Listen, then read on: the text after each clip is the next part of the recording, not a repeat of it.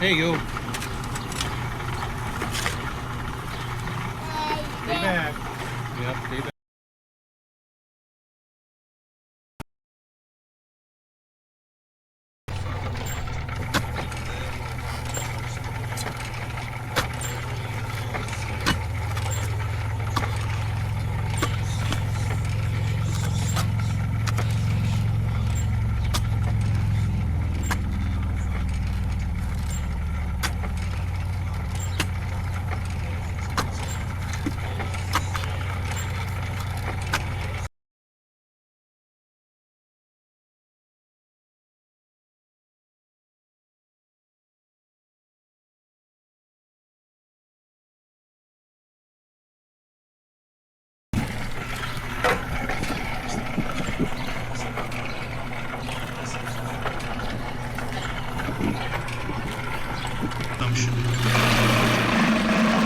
Our Father,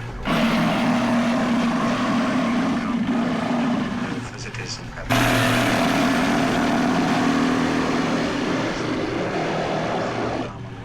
And blessed is the fruit of thy womb, Jesus. Holy Mary, Mother of God,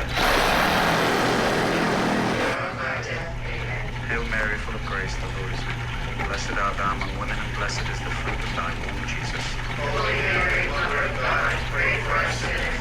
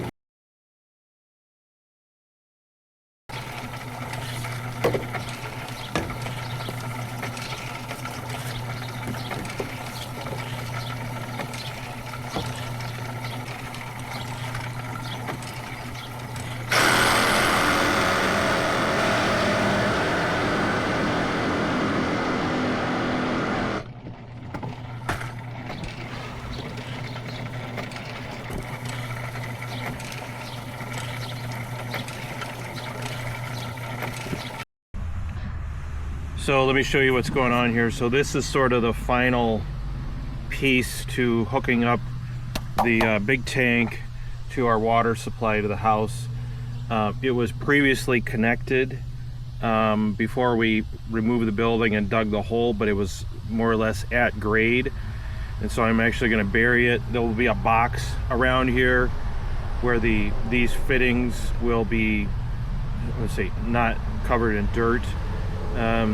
But I need to make this connection here. I put this stuff all together yesterday. I have a video on that.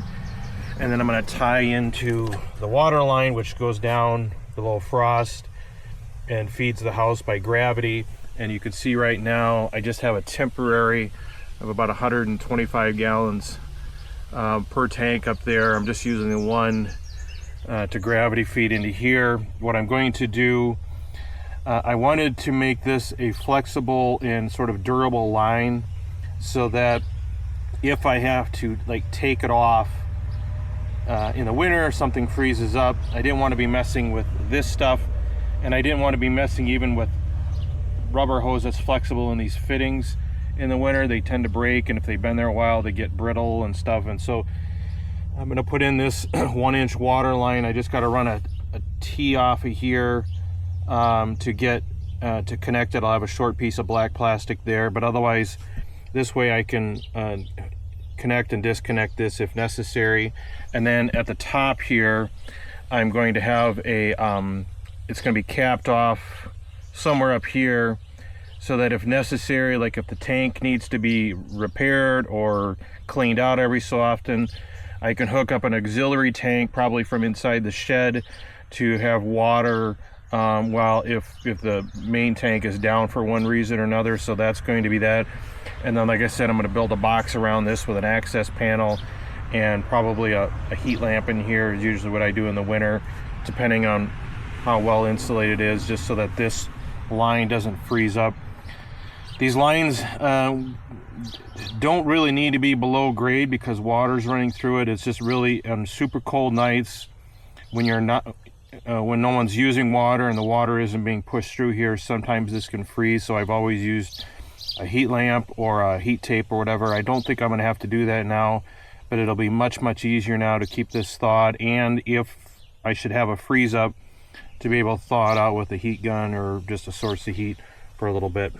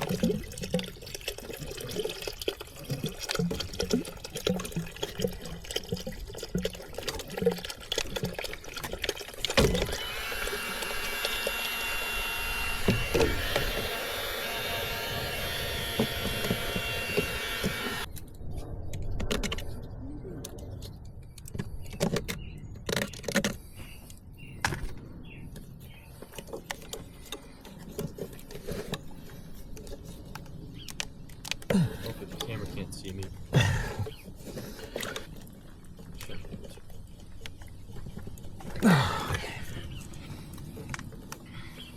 Isn't that cool, dude?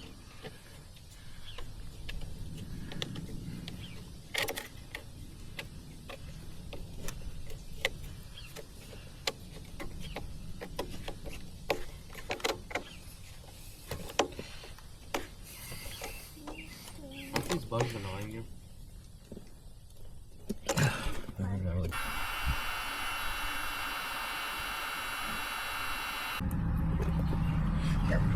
That's what I'm looking for.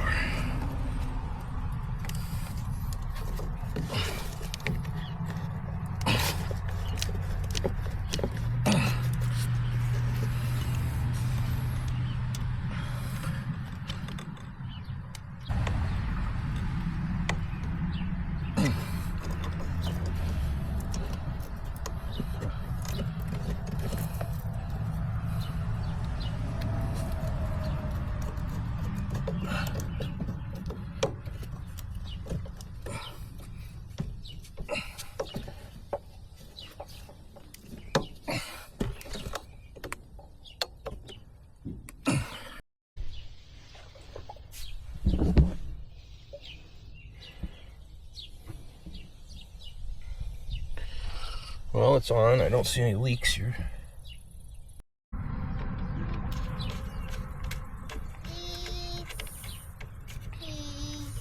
Hey, yo.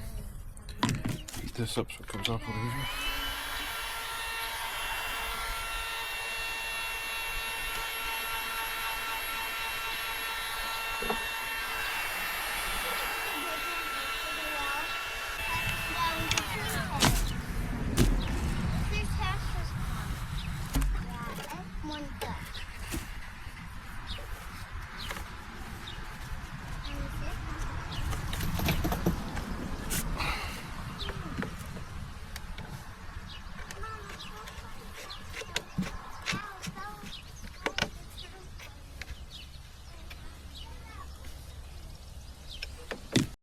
All right, now we'll try and turn it on again.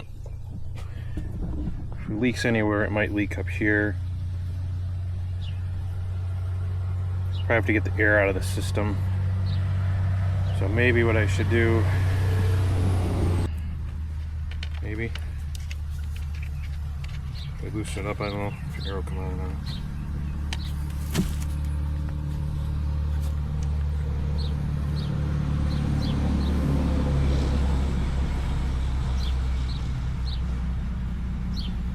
I think there will be some water come out of here. There, I can hear the air. Water coming out now, so it's primed from there down. So we'll stick it back in there. That should eliminate the air from the system. Not that it would matter too much. The pressure tank, I think, would have dealt with it on the other end. We'd have maybe some coughing faucets when I turn it on, but the system should be pressurized. Now gravity pressurized. There's no, it's just the weight of the water above it. So it comes out,